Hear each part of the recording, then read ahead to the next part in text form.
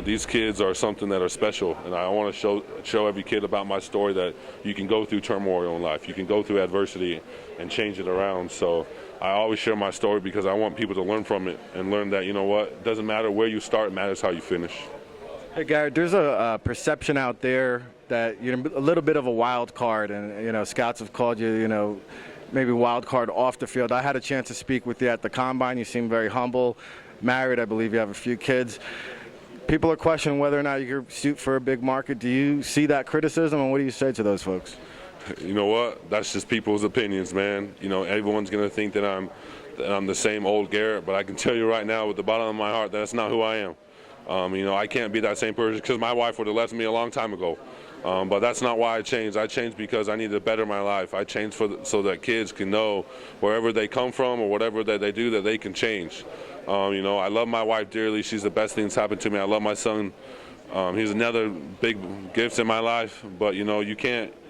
I'm not saying these things to tell you, that I've, came a long way. I'm telling you this because I'm a changed person, and that's deeply how it is. So whatever you all want to say about that I'm, turmoil or this or that, that's your guys' opinion. But I'm telling you right now, this is a blessing. I'm in a great place. Whatever team picks me up is going to get a steal, and they're going to realize that I'm the same person every single day, and nothing's going to change. Is it kind of tough to fight that some people still think you aren't a changed person?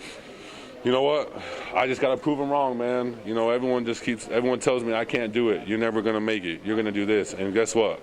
I went to junior college. I started for 2 years. Nobody told me I was going to get a scholarship.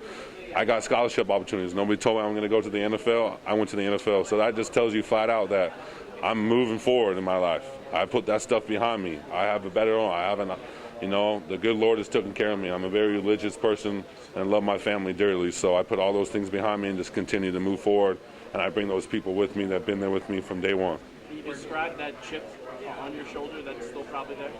I'm always going to have a chip on my shoulder just to tell people that I'm wrong. Like I said, I have a fire in the back of my head that continues to burn, and it's going to burn and burn and burn and just continue to prove people wrong because, I'm not doing this to prove people wrong. I'm doing this to show people that I can do it and that I can change, and that a person that goes through turmoil in hard life can change. They can do hard things.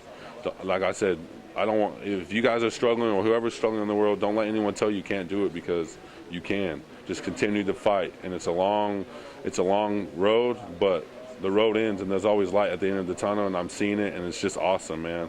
I just, brings tears to my eyes that I'm even here, because a lot of kids that are in my shoes don't end up coming here, but I got a second chance in life, and anyone can have a second chance. It doesn't matter if what race you are, whatever you come from, what religion you represent, it doesn't matter. Everyone can have a second chance as long as you choose the Lord can bring blessings unto your life. Did your wife meet you while you were still going through the turmoil in your life? She met me at Snow College, so I already came back from my mission. I already had a plan, and I was continuing to move forward. So, like I said, I'm grateful, and my wife was another turning point in my life, and she's a sweetheart, man. When you told her about the things that you went through, her reaction was? That I love you, and that you had a hard life. My wife doesn't judge, because she was adopted also as a young age, so that was pretty cool that we get to share opportunities like that and be with each other. But my wife's a sweetheart. She's an angel. She's very like my mother, Emily Freeman.